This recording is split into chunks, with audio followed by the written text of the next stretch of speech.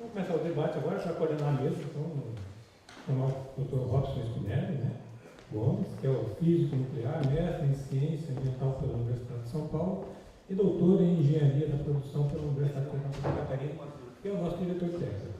E para debater também a posição da bancada dos trabalhadores, eu queria chamar o Washington Aparecido dos Santos, né, mais conhecido como grande craque Maradona, assessor técnico da presidência da Fundação e membro da Comissão Tripartite Paritária Permanente.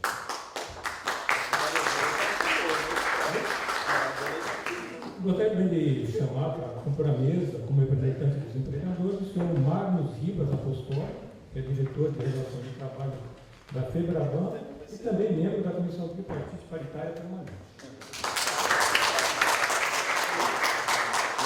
Representando a bancada do governo, né, eu gostaria de chamar o Dr. Jefferson Seidler, médico do trabalho, auditor fiscal do trabalho, atualmente assistente técnico do Departamento de Segurança do Trabalho, aqui representando a doutora senhora Eva Patrícia Gonçalves, diretora do Departamento de Segurança e Saúde do Trabalho da Secretaria de Inspeção do Trabalho em Brasília. Okay? Então, agora eu vou passar a palavra para o Robson. Então, a ideia é os três representantes da bancada. Está faltando uma cadeira. Essa cadeira está só para roupa.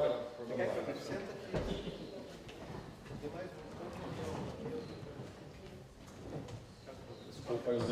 Alguém pode sentar aqui. Olha só, vamos coordenar essa mesa. O Damaso colocou. Os debatedores terão aí 15 minutos, né, para fazer suas reflexões e depois de abrir para a plenária para suas intervenções. Aí me permite, na qualidade de coordenador da mesa, fazer pequenos aspectos aqui que eu pude perceber na apresentação do Gilmar, né, que até eu fiz parte dessa história também, porque na época que o PPH foi desenvolvido, eu estava aqui na Fundação, na qualidade de gerente da higiene do trabalho, e eu que indiquei os nomes, né, das pessoas que iriam compor o grupo técnico. Naquela época, demandado pelo Ministério do Trabalho, eu indiquei os higienistas do trabalho. Então, esse contexto da NR9 tem na sua essência a cognição, a percepção dos higienistas do que entendiam como programa de prevenção. E daí, de fato, procede a questão que o Gilmar colocou, inclusive higienista, como ele é, né, que, como programa de prevenção de riscos ambientais, o nosso entendimento hoje é muito mais ampliado. Não só hoje, mesmo a partir da concepção do PEA, ele foi questionado do ponto de vista do seu universo, né, das suas limitações apresentadas no texto que foi publicado em termos de NR9. Essa é uma intervenção. Outra questão que eu acho importante, eu fui também professor da Federal Fluminense, do Rio de Janeiro, no programa de mestrado em Saúde e Segurança do Trabalho, mestrado profissional, tive lá 20 alunos orientando comigo também, que tiveram com pauta essa gestão, e que muitas vezes a ferramenta de gestão, né, ela está relacionada com essas ferramentas de gestão. Nós entendemos que o PPA, o PCMSO, todos os P's que nós temos aí instituídos nas diversas normas, compõem como ferramentas de instrumento de gestão. Né?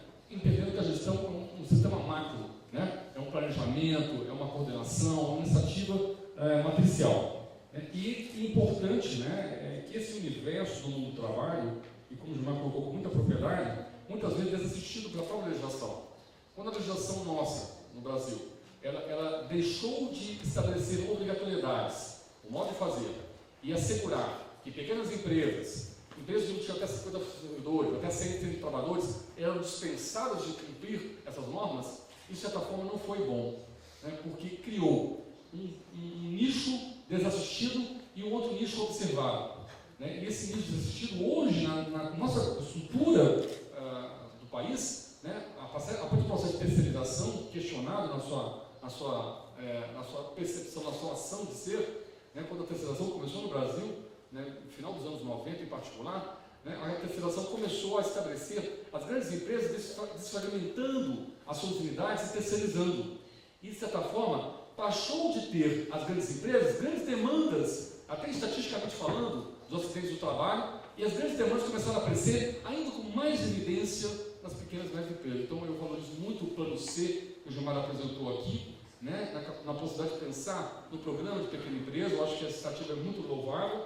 E aí, finalizando a minha fala, né, eu acho que uma das questões que versa sobre a políticas públicas, no meu entendimento, está na falta de transversalidade e na falta de uma gestão integral, né, que coloque, por exemplo, as normas, os programas de gestão em ampla aplicação. Né? Ou seja, pensar esse universo, mesmo que eu estou sendo um nicho particular, eu participei da NTP2, mesmo que eu tenha nichos especiais de avaliação de gestão, a gente possa discutir. Eu, como membro do CDP, o Marador também é membro do CDP, o Magno também é membro do CDP, então nós somos com a bancada aqui de governo, trabalhador e empregador, aqui de certa forma presente, participamos ativamente da CPP. Né? Essa semana teve uma reunião que terminou na quarta-feira, né? O Jefferson também participa, né? Colegas de bancada de governo, né? Então nós tivemos uma reunião lá e assim, é exercício, já estou há 3 anos no CTPP e é muito comum chegar no CTPP demandas da sociedade que querem normas específicas. Por exemplo, foi proporcionar uma norma regulamentadora sobre trabalhadores de condomínios, uma norma regulamentadora sobre farmacêuticos. Então não é por aí. Né? Não entendemos que também seja por aí, porque senão vão ter uma infinidade de NRs e perde o seu objetivo, né, de estabelecer condições mínimas de saúde e segurança do trabalho, que é a concepção matricial de quando foi publicada a NR alterada do capítulo 15 da CLT em 78, introduzindo a lei 6.500, através da lei 6.514, introduzindo a chamada portaria 3214 das normas reguladoras. Né? Então, nessa minha percepção, a falta de transversalidade, entendendo saúde e segurança como algo transversal a todos os setores, de certa forma, impacta nessa política pública que a gente tem que pensar em estabelecer, né, de tal forma a capitalizar e permitir essa capitalização, né, ela acontecer em todos os modos. Tá? Já falei muito como coordenador.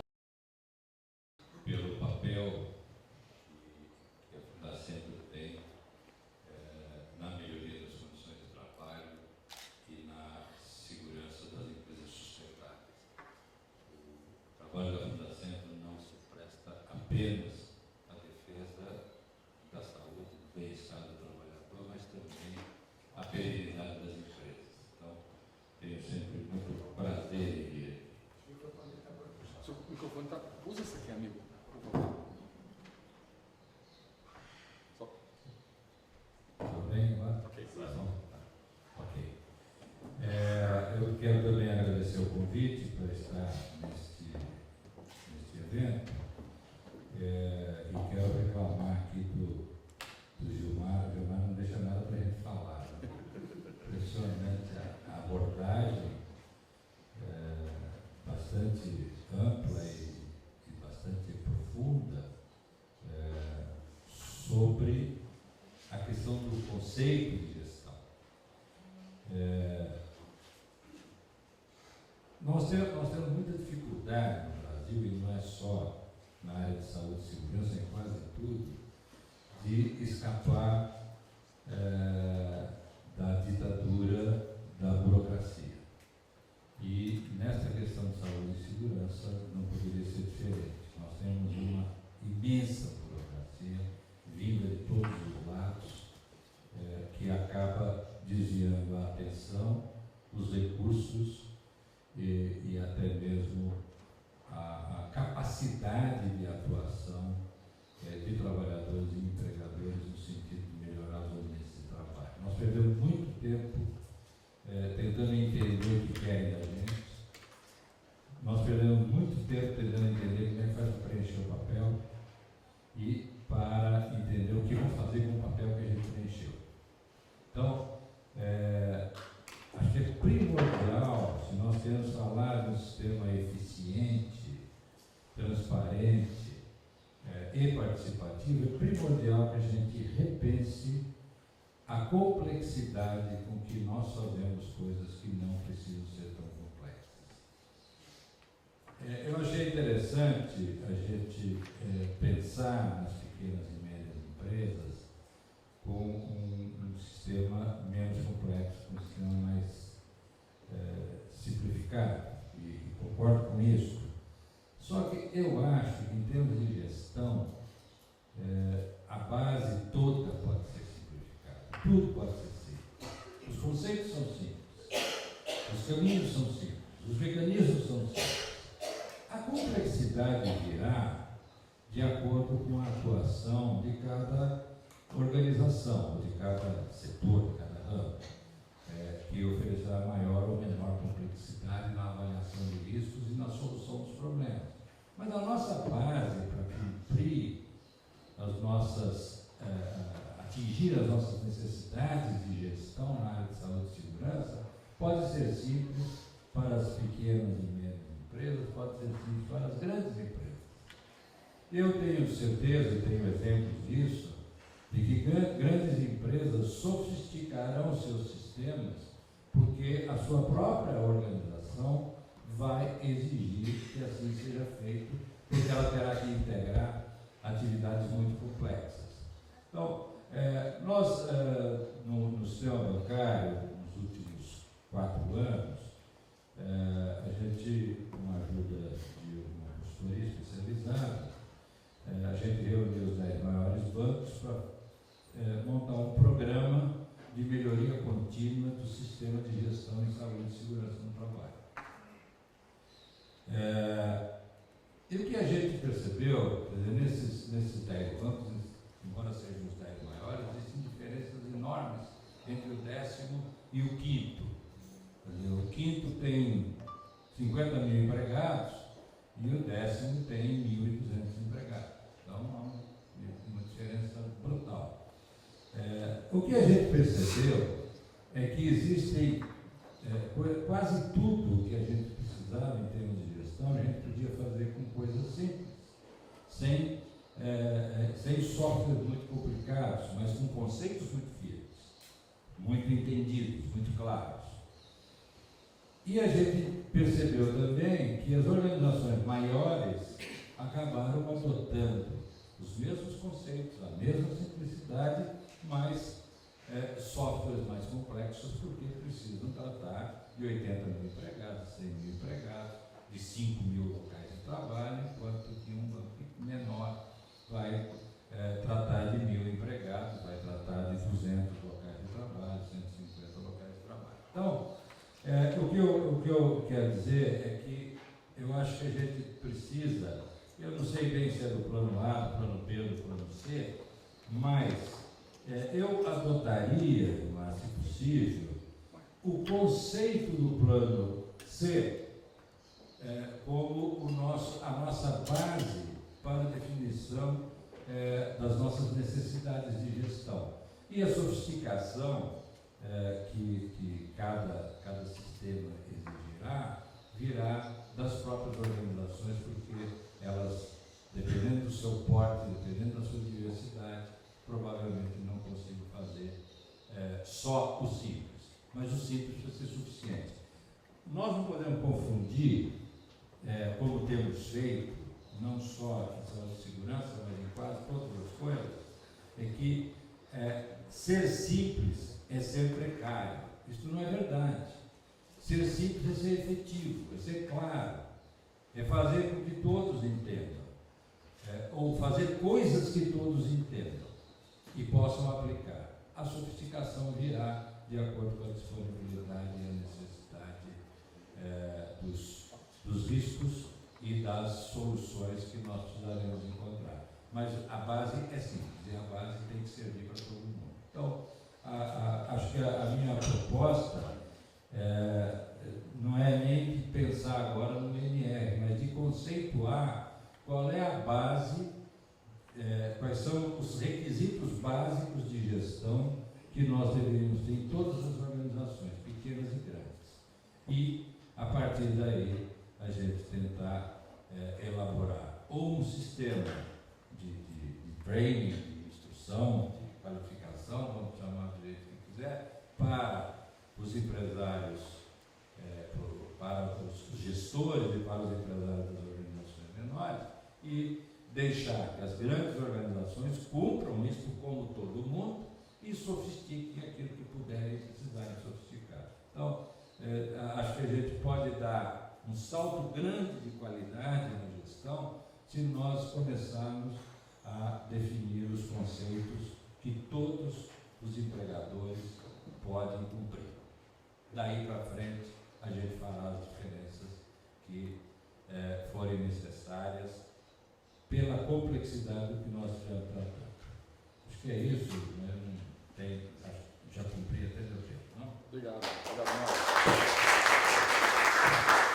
Obrigado, Marcos, pela peça segurou sempre a restante, mas foi sucinto e objetivo.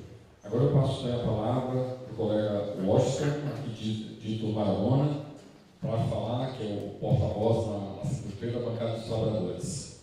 Obrigado, Maradona. Boa tarde a todos. Em nome do Mar, aqui eu cumprimento toda a mesa, né? Cumprimentar os profissionais da Fundacentro que brilhantemente trouxeram o tema para o debate e organizaram esse belo evento. Vou me bater aqui um pouco a palestra que o Gilmar fez, e realmente nós temos como característica do Brasil, infelizmente, né, sempre a questão corretiva e não a preventiva. Por isso que a gente tem esses surgimentos de normas, Gilmar, que você foi mencionando. E nós teremos uma nova aí, acho que até o sexto plenário já tem essa informação, que será 37, né, não? Que é de limpeza urbana, que é recém-aprovado dentro da CPTP. Agora, por que isso acontece? Né? Porque realmente a gente não tem um programa de prevenção e um programa de gestão. Nós concordamos, né, por parte dos trabalhadores, como falar por Gilmar, que a responsabilidade primeiro é óbvio, né? É do empregador, porque ele que detém o comando, e a outra cadeira também já foi. Agora é correção. Você está na cadeira? Tá, mas vamos lá, eu vou falar assim.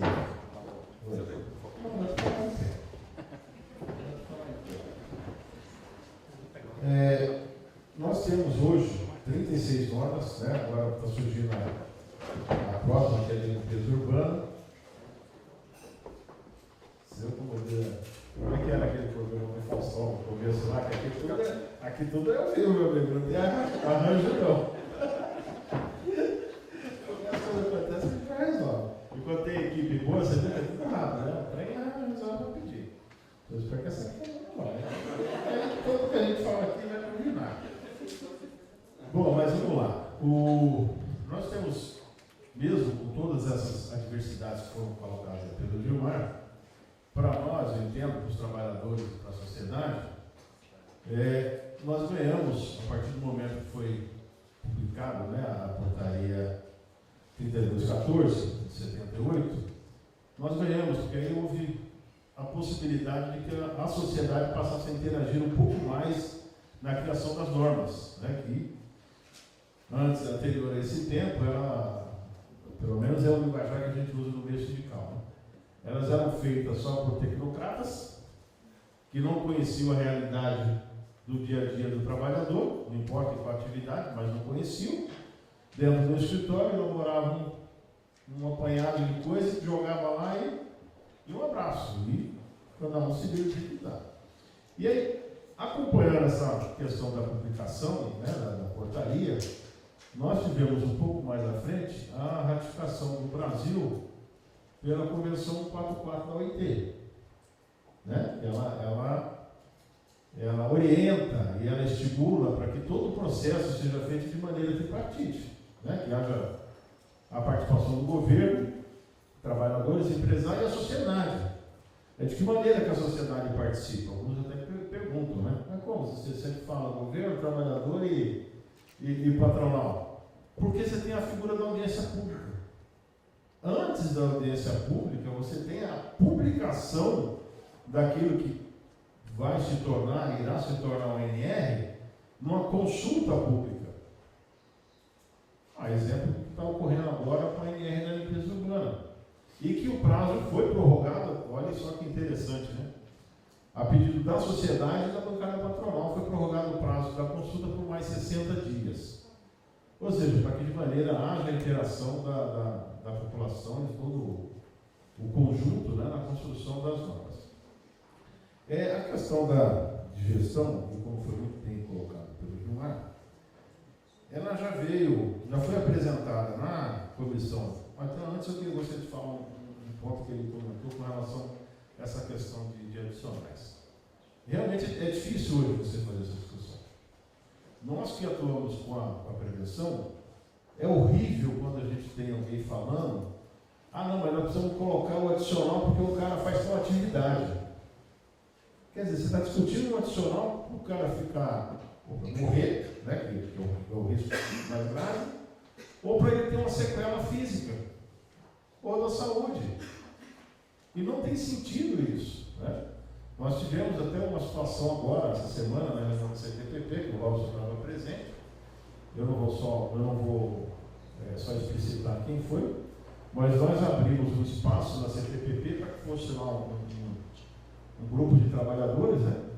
Então, com necessidade de ter uma orientação da CTPP, mas eles foram basicamente para falar em adicional, não para falar da questão preventiva da saúde. Elencaram um monte de problemas que ele tem na atividade. Que no caso a gente deveria ir para o lado da prevenção, mas não, o foco, quando foi colocado, era o treino adicional. E é difícil para o dirigente sindical também hoje chegar, por exemplo, numa metalúrgica ou no setor elétrico, fazer uma assembleia de trabalhador e dizer que, enquanto representante, ele vai discutir o fim do adicional, em troca da preservação da vida e da saúde dele. É difícil, porque a conjuntura do país também não corrobora para isso, e a cultura. Então, acho que ainda vai um tempo, viu, Gilmar, para a gente poder discutir só segurança e deixar o adicional para lá, mas infelizmente ele está aí, ele faz parte, né? A questão da representação, você sabe que essa situação é colocada, a rotina é colocada dentro do CTPP com relação a pequena e média empresa. É óbvio que quando você discute uma norma, você está tentando dar um equilíbrio na questão da segurança e da saúde. Você não enxerga o porte, você não vai procurar olhar o porte da empresa. Mas, de uma certa forma, a realidade hoje nos obriga a trazer esse tema para o debate. Mas ainda não há maturidade, porque você tem pequenos e médios empresários que são bons, e você tem grandes empresários que são bons e são ruins, os dois lados. E como você está falando da legislação, tem que dar um equilíbrio para aquele que é o mais fraco, que é o trabalhador. Aí, nesse momento, você vai por essa linha, mas é óbvio que não demora, nós vamos ter que fazer essa discussão no sentido que você falou. A questão da harmonização das normas, na verdade, esse é um tema que é real hoje, é necessário, ele é necessário. Já foi colocado não só por parte da bancada dos trabalhadores, mas também foi colocado pelo governo, foi colocado pelo patronal, que há necessidade de discutir uma norma. Tanto é que a gente, até pela parte dos trabalhadores, a gente coloca muito que teria que ser um programa de governo. Programa de governo. Não somente uma gestão que passa, gosta da ideia e coloca o tema para discutir. Muda a gestão, aquele tema que era importante ele já deixou de ser, porque o outro que entra quer fazer de outra forma. E aí a gente acaba perdendo. Nós tivemos um momento, uma discussão forte, eu não lembro se o Mário já tinha retornado para a CTPP, que nós estávamos trabalhando com uma meta de 10 anos para discutir a harmonização das normas. Alguém aqui já ouviu falar nisso? Você já ouviu falar dessa discussão, né, Gilmar? Nós tínhamos colocado como uma ideia, na época o diretor de Segurança e Saúde do Trabalho de Brasília era o Rinaldo, né? E nós discutimos isso, vamos traçar fazer um planejamento para que em 10 anos conseguíssemos discutir a harmonização das normas. Ou seja, a gente discutia que você falou. Só que o que foi apresentado para nós naquele primeiro momento estava muito ruim. Não sei, ruim no sentido que se avaliou rápido, né? Da maneira que ela foi apresentada, por vários pontos. E a sugestão era que retomássemos esse debate futuramente. Não voltou, quem sabe agora a gente consiga com a nova diretora, né, da CIT, lá da Secretaria do Trabalho, trazer o tema para a gente discutir, porque é importante. Não só quando você fala do conceito de risco, mas uma série de outros pontos que você tem numa norma. Aí eu vou dar um exemplo agora. Nós estávamos discutindo uma questão do anexo da NR20, né, mais voltada para os trabalhadores de postos de gasolina e todas as áreas, com relação à questão do EAD, ensino à distância. E houve uma reivindicação por parte dos trabalhadores que fosse inserido no contexto da norma, né, que o projeto pedagógico pudesse ser prestar as informações com relação a ele, não só para a fiscalização, mas como para a representação sindical dos trabalhadores. E aí deu pau, né? Aí deu pau, porque a bancada patronal falou, não vai votar, vota só representantes dos trabalhadores. Porque no contexto geral você tem como representante dos trabalhadores a CIPA e você tem a representação sindical, no tese, correto? O sindical jurídico e a CIPA, que acompanha o dia a dia. E não passou. Porém, você tem em outras normas que é permitido, né, é concedido ao representante sindical acompanhar o desenvolvimento da norma. Então você percebe que tem, não só estou citando uma, mas tem tantas outras que acontecem. De qualquer maneira, para nós, principalmente para a representação dos trabalhadores, e eu vejo aqui que tem muita gente jovem no plenário, é importante ter essa informação com relação a esse processo de construção e revisão das normas de segurança e saúde do trabalhador da maneira que ela acontece hoje, de acordo lá com a Convenção 44, que é no sistema tripartite, que realmente é possibilitado para que todos possam sugerir. Né? E falando um pouco da questão da política pública de segurança e saúde do trabalho, né? Que o presidente, ao sair, ele mencionou para vocês que nós teremos um projeto piloto lá na cidade de Guarulhos, que provavelmente será assinado dia 26, né? Para adequar a agenda. Qual o principal objetivo? Fazer com que a segurança e saúde do trabalhador ela seja inserida no seio familiar, assim como é a questão hoje que nós temos. Por exemplo, minha filha de 5 anos, se vê alguém jogando um papelzinho pela janela na rua, ela fala, 5 anos. Mas por quê? Está criando esse conceito, né? Cinto de segurança. Quem tem filho aqui sabe, não é? Quando você vai sair, você não botar o cinto, como é que o filho faz? Primeira coisa, né? Papai, põe o cinto. Então a ideia de segurança do trabalho que a gente tem, e a Fundacentro vai fazer esse convênio, eu ouso dizer que será o primeiro, hein? Feito no Brasil, feito pela Fundacentro, uma prefeitura, que visa levar essa discussão para dentro de casa, nas creches, nas escolas, né, de maneira que já comece a criar essa cultura prevencionista. Entendeu? Um detalhe, poucos levam os filhos para conhecer a atividade do dia a dia. É isso, doutora? Quem já levou os filhos para conhecer a atividade para ver o que o pai e a mãe faz? Poucos. E isso é interessante, porque hoje não tem pessoa para cobrar melhor do que o filho, para fazer com que você faça as coisas. Eu trabalho no setor elétrico, óbvio que não dá para me levar minhas filhas, eu tenho 4 filhas, né? Não tem como eu levá-las, por exemplo, nós estivemos montando uma linha de transmissão no meio do mato, que é assim, o setor elétrico tem isso, numa construção. Mas pelo menos eu tive a oportunidade de levá-los numa CIPAT, né? Para conhecer um pouco da atividade, nem que seja um filme ou alguma coisa, ver os trabalhadores, mas para começar a interagir. Então esse convênio vai ser extremamente importante e ele vem justamente com o que a gente tenta fazer, né? Integrar a questão de segurança e saúde do trabalho. De maneira que eu acho que eu já me estendi, já deu tempo aí. Mas é extremamente importante, principalmente para vocês que estão aqui, que se dispuseram a vir participar, que a gente comece a fazer essa discussão de segurança e saúde do trabalhador em casa. Em casa. Fala um pouco do que você faz com os filhos, né? Discute, comenta, mostra, até para que eles saibam, né? Eu acho que assim, eu tenho uma coisa, eu participo muito de aberturas de CIPATs, né? E na maioria, pelo sindicato, eu também sou negociador com as empresas. O que eu acho mais interessante de você participar da CIPAT é reencontrar as pessoas do ano passado, principalmente aqueles que já continuam na empresa, porque mostra o quê? Que toda a preocupação e os projetos, as propostas que você apresentou, de alguma forma, deram resultado. Né? Porque eu digo o seguinte, a nossa vida é uma só, não é que nem videogame, né? Você perde uma e tem outra. Então isso possibilitou esse sinal que deu certo. Agora depende do quê? Do comprometimento de cada um. E aproveitar as ferramentas que tem.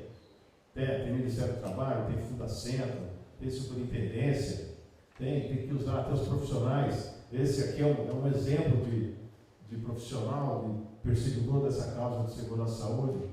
O Robson Spinelli é mais conhecido que nota de R$1, né? Dentro do setor. É sério, qual é o compromisso? Moeda de R$1, porque é R$1, né? Moeda de R$1. Então, assim, quem lida com segurança e saúde são abnegados. Né? Porque se você falar, o custo, esquece. Mas olha, a gente não está preocupado com isso. É realmente um compromisso do dia a dia. Demais, agradecer a todos aí pela oportunidade de poder expressar, e caso queiram, a gente está aí à disposição depois também para conversar. Obrigado. Nós estamos a amigo até agora, que está cumprindo os seus 15 minutos dentro do prazo. Só esclarecer o que o Guarulhos citou, só para. Não vai ser um convênio, vai ser um protocolo de intenções que vai ser firmado pela Centro e a Secretaria Municipal de Guarulhos. Na sequência, vou passar para o nosso colega Jefferson, colega do médico, né, e que trabalha com a gente há muitos anos, algumas décadas. Ela vai falar da bancada de governo. Acabou com você agora, hein?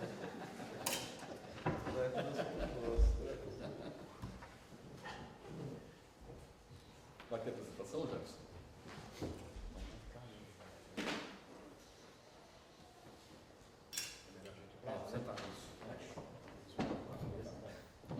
Obrigado. Eu acho que... Alô? Boa tarde, cumprimento a todos da mesa. Vou pedir vocês para falar aqui, pedir em pé. Cumprimento a todos que estão aqui, interessados por esse assunto, que realmente é de extrema importância. A gente já conhecia muito bem aí o talento de ensino, de mestre aqui do Gilmar, e realmente ele abordou o tema da maneira muito ampla e muito profunda, aproveitando não só para falar da gestão, como falar de uma forma mais ampla das políticas públicas em segurança e saúde. Queria aproveitar também, então, em nome também da diretora, Eva, que não pode vir, mas designou para estar em seu lugar, parabenizar pela iniciativa também da Fundacentro desse ciclo de debates em que a gente procura dar um pouco mais de visibilidade para esse tema. Eu abri aqui o site porque nós estamos há um dia, né, amanhã começa o mês de abril, e que tradicionalmente no dia 28 de abril já se comemora há muitos anos o Dia Mundial de Segurança e Saúde do Trabalho e o Dia Nacional em Memória das Vítimas de Acidentes de Trabalho. E tanto na legislação, na CLT, como nas normas regulamentadoras e no regimento interno do Ministério do Trabalho, está prevista a campanha nacional de prevenção de acidentes de trabalho. Antigamente tinha até um decreto que definia como ela deveria ser feita, e depois que esse decreto foi revogado, a CAMPAT caiu, digamos assim, em desuso. E nós estamos retomando a CAMPAT. No ano passado a gente tentou isso de uma forma, em 2015 tentou isso de uma forma mais tímida, mas com a adesão ao movimento que já ocorre em vários municípios e em alguns estados, que é o Abril Verde, que foi a iniciativa de um grupo de técnicos de segurança, e nós aderimos ao Abril Verde e estamos começando a CAMPAT a partir de amanhã, com alguns eventos nas primeiras semanas, e agora, previamente, a gente tem apenas um link aqui no site do Ministério do Trabalho, que a gente recomenda também que todos conheçam o site, procuram se manter atualizados também, visitá-lo com frequência, porque todas as novidades, as consultas públicas, a gente tem colocado aqui nessa parte da segurança e saúde. E aqui, por enquanto, ainda de forma mais discreta, mas em abril a gente vai colocar o banner do cartaz aqui também, e que a gente divulga a campanha nacional de prevenção de acidentes do trabalho. Acidentes entendido no conceito legal, ou seja, acidentes e doenças do trabalho. E o mote dessa campanha esse ano é conhecer para prevenir, que tem muito a ver com o que a gente está conversando agora. Conhecer para prevenir, a gente precisa dar mais visibilidade a esse tema. Vindo agora para o nosso tema do debate, a questão da gestão da segurança e saúde do trabalho nas empresas e a sua relação com a normatização, eu queria destacar 3 pontos que foram colocados na problematização da questão, tanto na apresentação como na prévia que nos foi informada no convite. A primeira questão é a integração dos programas e ações. Para haver uma maior integração dos programas e ações de prevenção, é necessário que haja uma norma específica para isso? A segunda coisa é a harmonização a harmonização das próprias exigências ou dos conceitos contidos na norma. É necessário uma norma para que se faça isso? E a terceira coisa que foi colocada foi o tratamento diferenciado para micro e pequenas empresas. Será que precisamos de uma norma para fazer esse tratamento diferenciado? Então, em relação ao primeiro ponto, integração entre programas e ações preventivas. Entendemos que não é mandatório, teoricamente não seria necessária uma nova norma para isso. As normas que existem hoje, elas já falam muito dessa integração. Exemplos principais na NR1, na NR9 e na NR7, sempre se fala que aquele programa, aquelas ações são parte de um contexto maior, que deve ser a integração de todas as normas. Acontece que na prática, pouca gente realmente, às vezes até mesmo entre os profissionais especializados em segurança e saúde, faz uma leitura sistemática das normas e atuam realmente da forma que a norma prevê.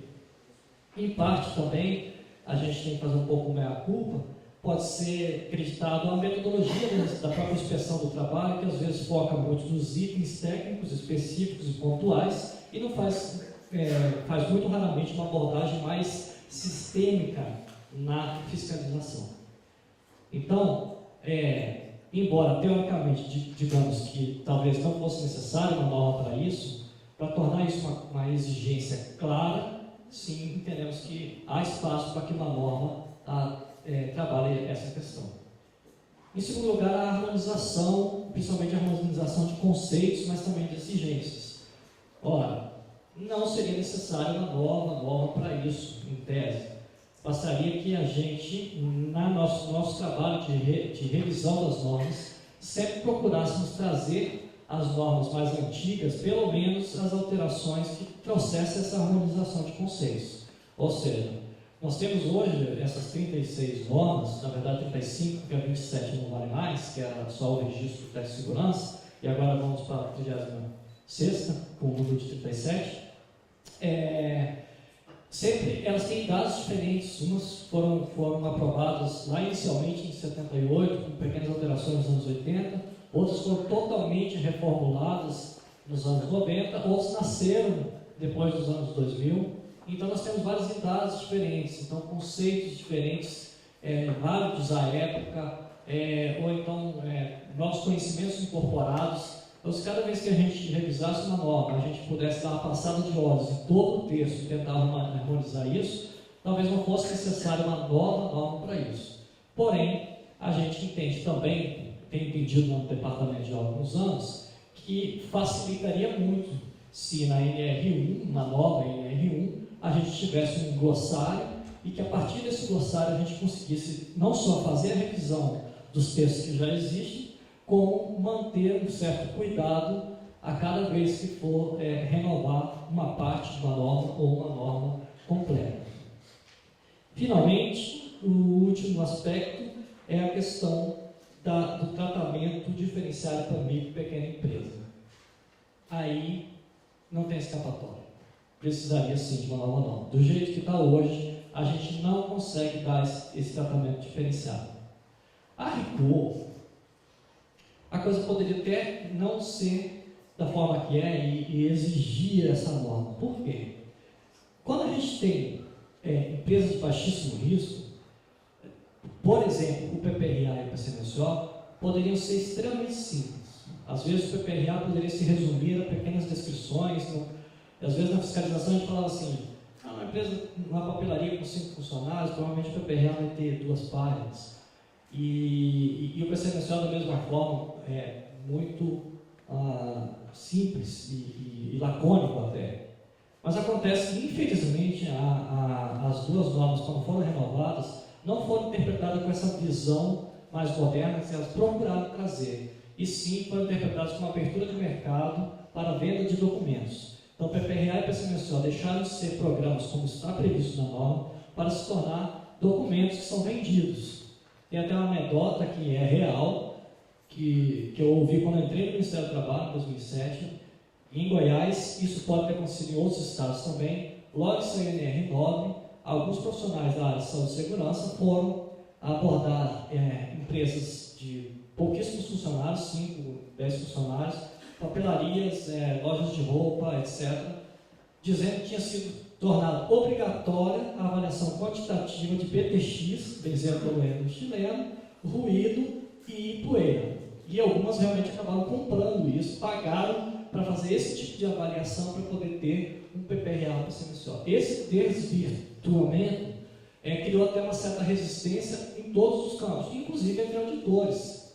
Vamos conversar com os auditores, apesar do risco profissional que isso pode significar em empresas muito pequenas e de baixíssimo risco, é incomum que se exijam pelo menos todos esses programas e todas as coisas que são previstas na norma. E se procura uma adaptação na prática em relação à complexidade do que se encontra ali no mundo real.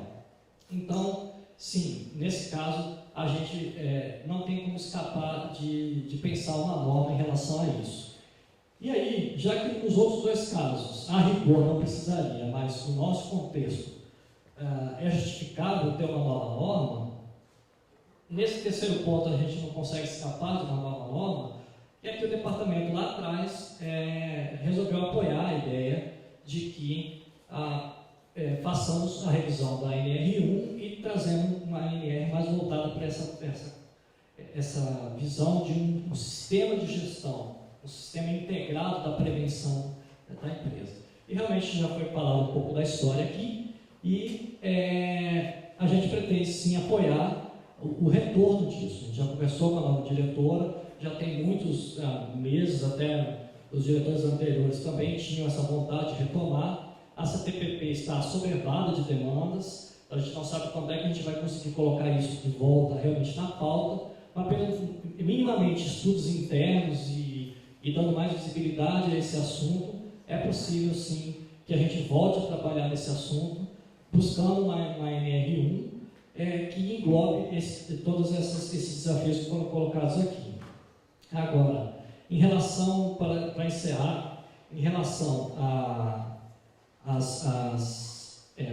antes disso eu quero fazer um comentário do que o Gilmar colocou com muita propriedade em relação às ferramentas utilizadas em outros países, principalmente o OIRA da Europa, que a Eva, que hoje é a diretora, antes ela era assessora do Rinaldo e depois do Paulo Sérgio, que era o secretário, e ela participou de várias interlocuções internacionais, e uma delas era uma cooperação com a Europa, e ela tem inclusive os registros, o código de fontes da OIRA, foi passado se não me engano, pelo pessoal da Espanha. Ela tem muito carinho por esse assunto, e a gente pretende sim trabalhar nessa ideia, não necessariamente, não obrigatoriamente dentro da norma no primeiro momento, quem sabe no segundo momento, mas pelo menos já para abrir como ferramentas que facilitem a aplicação dos conceitos preventivos, principalmente nas empresas de pequeno porte, mas também nas maiores. Nosso sonho, inclusive, é dar um passo até ousado além do OIRA e transformar aquelas ferramentas até em aplicativos. É lógico que isso não é uma coisa que ocorre em pouco tempo, mas são discussões, são conversas que a gente já está tendo internamente. Agora, para encerrar, a ideia das soluções A, B e C, a gente está caminhando aqui com uma ideia de que vamos retomar a ideia do plano B, que seria realmente fazer uma norma, voltar a trabalhar na norma 1 como uma norma de gestão, mas eu não posso deixar de aproveitar essa oportunidade de colocar uma posição mais pessoal do que institucional, mas que também tem suas conversas lá, evidentemente, que é o sonho, sim, do código ou estatuto, como fala o doutor Sebastião Oliveira, de segurança e saúde no trabalho no país, que aí não é questão de uma normatização simplesmente, é uma lei é mais complexo, a gente tem todas essas questões de como o Congresso funciona, mas que sim é uma coisa que deveria ser discutida, colocada com visibilidade, pensada em longo prazo, que a gente pudesse realmente ter um código ou um estatuto de segurança do trabalhador que envolvesse todas as formas de relações de trabalho e de contrato, não apenas os seletistas, os empregados, mas envolvendo servidores públicos, autônomos, todas as outras formas que venham a surgir, uma vez que o mundo do trabalho, não só o mundo do trabalho, mas o mundo todo se modifica a cada vez com uma velocidade crescente. A gente não tem como saber o que vai acontecer no futuro, mas a gente tem como se antecipar com uma norma que seja mais aberta e mais inclusiva e que não limite a ação do Estado, não só a ação do Estado, mas também a ação de todos os particulares aos seletistas, e que amplie o conhecimento e o interesse e a cultura preventiva em segurança e saúde em todos os aspectos da nossa vida. Muito obrigado.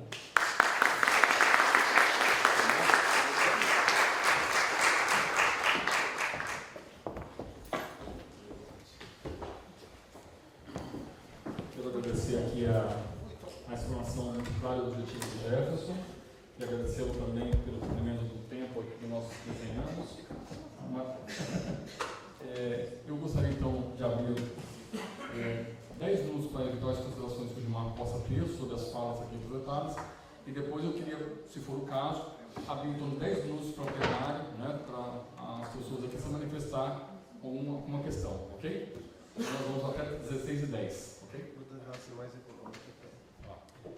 Bom, em primeiro lugar eu quero agradecer os comentários, né? Significa que vocês prestaram atenção. Então, eu fico feliz, né? Em relação ao que o Marcos colocou, eu concordo com você, que a gente deve ser simples, né?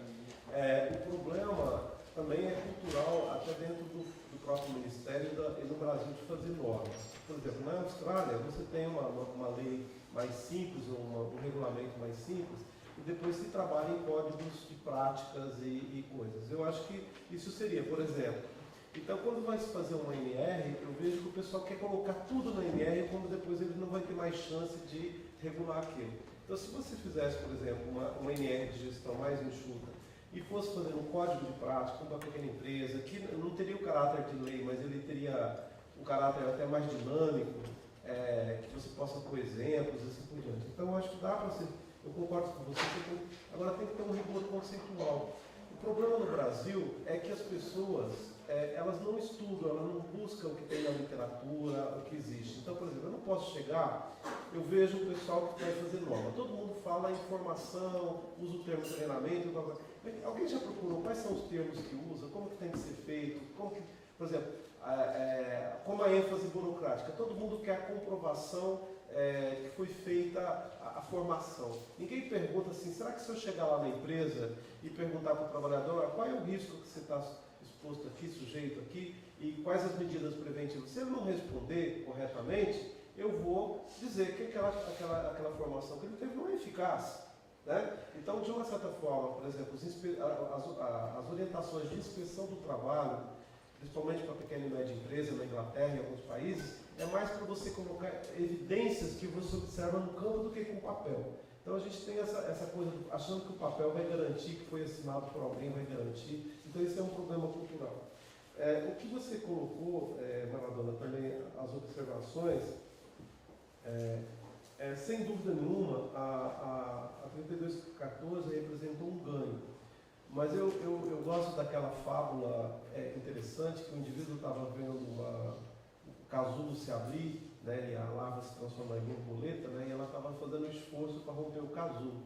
Alguém que ficou com muita dor foi lá e cortou para ajudar ela a sair mais rápido. E com isso a borboleta saiu e ela não conseguiu dar voos, né, porque ela precisava daquele esforço físico para fortalecer suas asas. Né.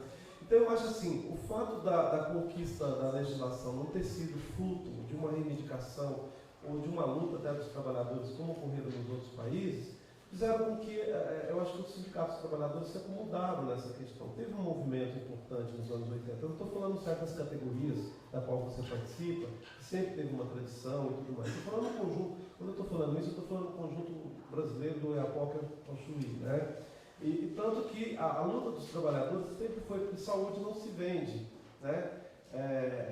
A própria CUT, por exemplo, quando começou essas questões, levantava, e o pessoal abandonou essas bandeiras. Tá? Então essa é uma, eu acho que isso é um empecilho, porque culturalmente não é só quem vai bater lá na CTPP, como você citou, mas lá dentro do Congresso tem mais de 100 e tantos projetos, quer dizer, aí vai da direita à esquerda, não tem nem questão ideológica, você vai desde representantes que querem trazer benefícios para determinadas categorias, certos representantes mais à esquerda também. Então, eu acho que isso realmente é uma questão que a gente precisaria centrar fogo nisso daí, a médio e longo prazo. Eu acho que a curto prazo não se resolveria, né?